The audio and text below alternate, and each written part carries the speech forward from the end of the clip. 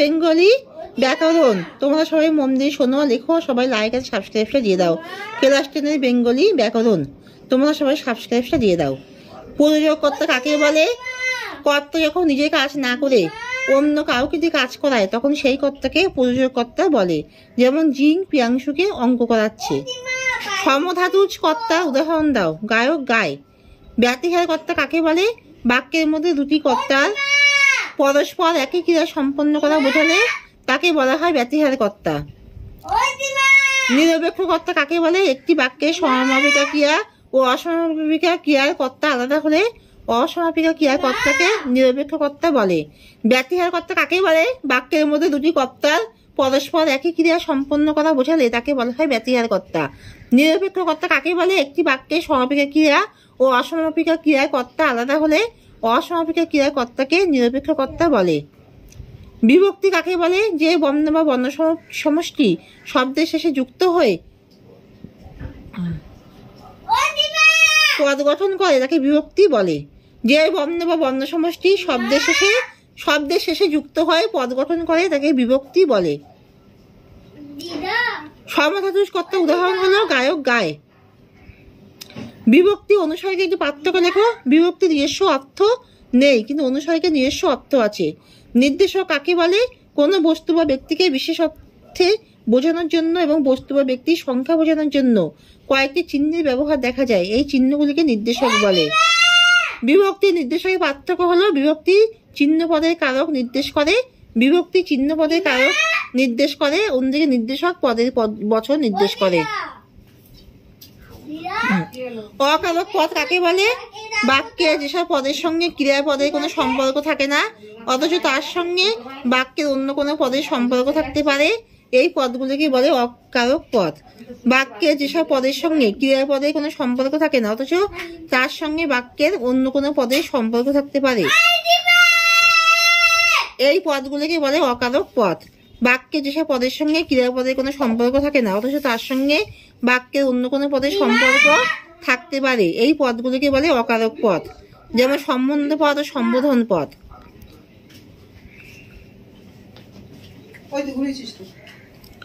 শূন্য বিভক্তি কাকে বলে? যে সকল বিভক্তি শব্দের পরে বসে তাদের নাম পদে পরিণত করে এবং নিজে অপ্রকাশিত থাকে তাদের বলে শূন্য বিভক্তি। নতুন মেশোকে দেখে জ্ঞানচক্ষু খুলে গেল তপনের। জ্ঞানচক্ষু কর্মকারকে শূন্য বিভক্তি। বুকের রক্ত ছলকে ওঠে তপনের। বুকের সম্বন্ধ পদে বুকের এর বিভক্তি। আমরা ভিখারি 12 মাস। 12 মাস কালাধিকরণে শূন্য বিভক্তি। আমাদের কথা কে বা জানে, কে হলো কর্তৃকারকে, কে শূন্য বিভক্তি। নতুন সৃষ্টিকে বারবার করেছিলেন বিধ্বস্ত। সৃষ্টিকে হলো কর্মকারকে, কে বিভক্তি। বাড়ির রান্না সৃষ্টি হলো কোনো কাজ করা, সৃষ্টি হলো কর্ম বিভক্তি, সৃষ্টিকে কে বিভক্তি। বাড়ির রান্না হতো কাঠের উনুনে। বাড়ির হলো সম্বন্ধ পদ, বাড়ির সম্বন্ধে বলা হচ্ছে বাড়ির সম্বন্ধ পদ। র বিভক্তি।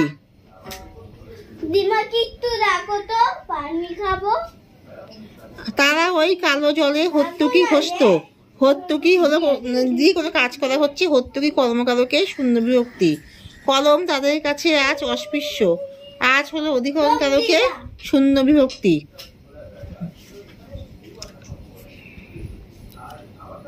ছিদিলা কুসুম দাম রোষে মহাবলী মেঘনাথ। রোষে হেতু অর্থক করণে এ বিভক্তি। হেতু অর্থক করণে এ বিভক্তি। রোষে রোষ যোগ এ বিভক্তি।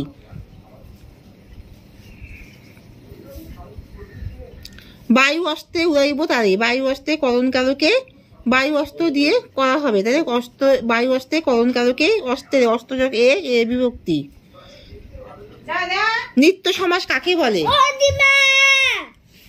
যে সমাসে ব্যাস বাক্য হয় না অথবা ব্যাস বাক্য গঠন করতে হলে অন্য পদের সাহায্য গ্রহণ করতে হয় তাকে বলে নিত্য সমাস। যে সমাসের ব্যাস বাক্য হয় না অথবা ব্যাস বাক্য গঠন করতে হলে অন্য পদের সাহায্য গ্রহণ করতে হয় তাকে বলে নিত্য সমাস। উপমান উপমিত কর্মধারয় সমাসের মধ্যে একটি পার্থক্য। সাধারণ ধর্ম থাকে উপমান কর্মধারয়ের ক্ষেত্রে, আর উপমিত কর্মধারয়ের ক্ষেত্রে সাধারণ ধর্ম থাকে না। বাক্যাশরী সমাস কাকে বলে? যে সমাসে একাধিক সমাসবদ্ধ পদের দ্বারা একটি দীর্ঘ সমস্ত পদে উন্নীত হওয়া যায় তাকে বলে বাক্যাশরী সমাস। অন্য পদের অর্থ প্রাধান্য পায় কোন সমাসে? বহুব্রীহিতে।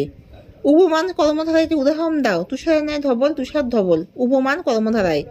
মধ্য পদরূপী কর্মধারায় কাকে বলে? যে কর্মধারায় সমাসে ব্যাস বাক্যের মাঝখানের পদটি লুপ্ত হয় তাকে মধ্য পদরূপী কর্মধারায় সমাস বলে। যেমন সিংহ চিহ্নিত আসন, সিংহাসন। সমাস কাকে বলে? পারস্পরিক অর্থগত সম্পর্ক রয়েছে এমন দুই বা ততোধিক পদের এক পদীকরণকে সমাস বলে। কর্মধারায় শব্দটি অর্থ কি? কর্মকে যে ধারণ করে তাকে কর্মধারায় বলে। তৎপুরুষ শব্দটি সাধারণ অর্থটি বিশিষ্টতা লেখো। তৎপুরুষ শব্দটি সাধারণ অর্থ তার পুরুষ। এই সমাসের ব্যাস বাক্যে সমস্যমান পদ দুটির মধ্যে পদপদটি প্রদান হয় এবং পূর্বপদের কারকবোধক ও সম্বন্ধবোধক বিভক্তি বা অনুসর্গ লোপ পায়। বহুব্রীহি শব্দটি অর্থ কি? অনেক ধরন আছে যার। সমস্ত পদ কাকে বলে? পূর্ব ও উত্তর পদ মিলে সমাসের মাধ্যমে যে নতুন পদ গঠন করে তাকে বলে সমস্ত পদ। সমস্ত পদের অন্য নাম কি? সমাসবদ্ধ পদ। কিন্তু নতুন মেশকে দেখে জ্ঞানচক্ষু খুলে গেল তপনে। জ্ঞানচক্ষু জ্ঞানরূপ চক্ষু, রূপক কর্মধারায় সমাস। প্রাচীন জল তরঙ্গ, জল তরঙ্গ জলের তরঙ্গ। সম্বন্ধ তৎপুরুষ সমাস। জল তরঙ্গ নাম যার, যে বাদ্যযন্ত্রের। বহুব্রীহি সমাস। আমাদের মাথায় বোমারু, বোমারু বোমারু সম্বন্ধ তৎপুরুষ সমাস। আমরা ভিখারি 12 মাস, 12 মাস 12 মাসের সমাহার। সমাহার দ্বিগু সমাস। দ্বিগু সমাস। সমাহার দ্বিগু সমাস। বাতলে তোমাকে বনস্পতির নিবিড় পাহারায়। বনস্পতি বনের প্রতি সম্বন্ধ তৎপুরুষ তার। সম্বন্ধ তৎপুরুষ তার। এসো যুগান্তর কবি, যুগান্তর যুগের অস্ত। সম্বন্ধ যুগান্তের যুগের অস্ত।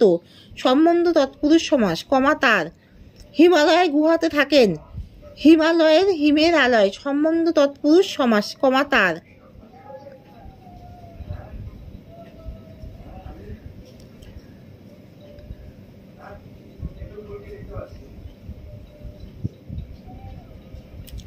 কারো কারো মুগ্ধ চোখের মোহভঙ্গ হয়। মোহভঙ্গ মোহের ভঙ্গ। সম্বন্ধ তৎপুরুষ সমাস।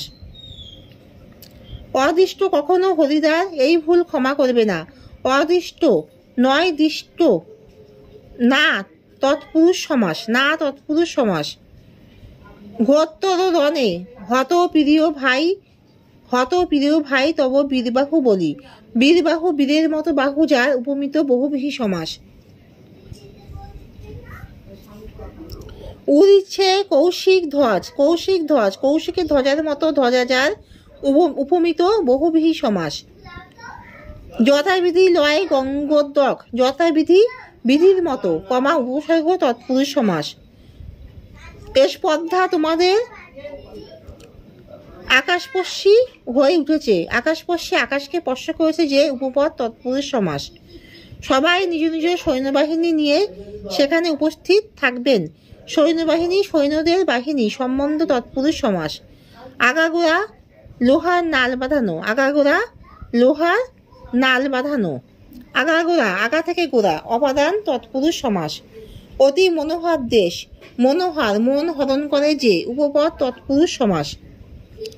সত্য ধর্ম সদাচার। সদাচার সৎ যে আচার কর্মধারায় সমাস। সৎ যে আচার কর্মধারায় সমাস।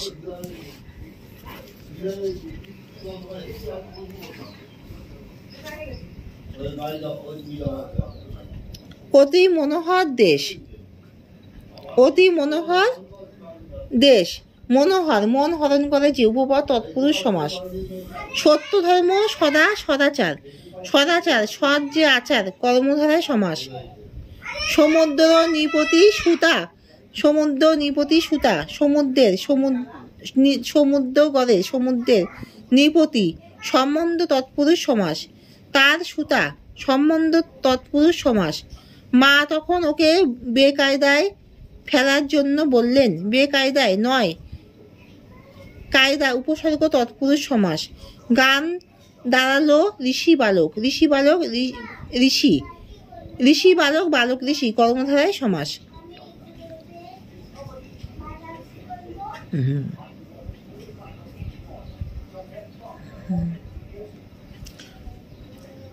কর্তা যখন নিজে কাজ না করে অন্য কাউকে দিয়ে কাজ করায় তখন সেই কর্তাকে প্রযোজক কর্তা বলা হয়।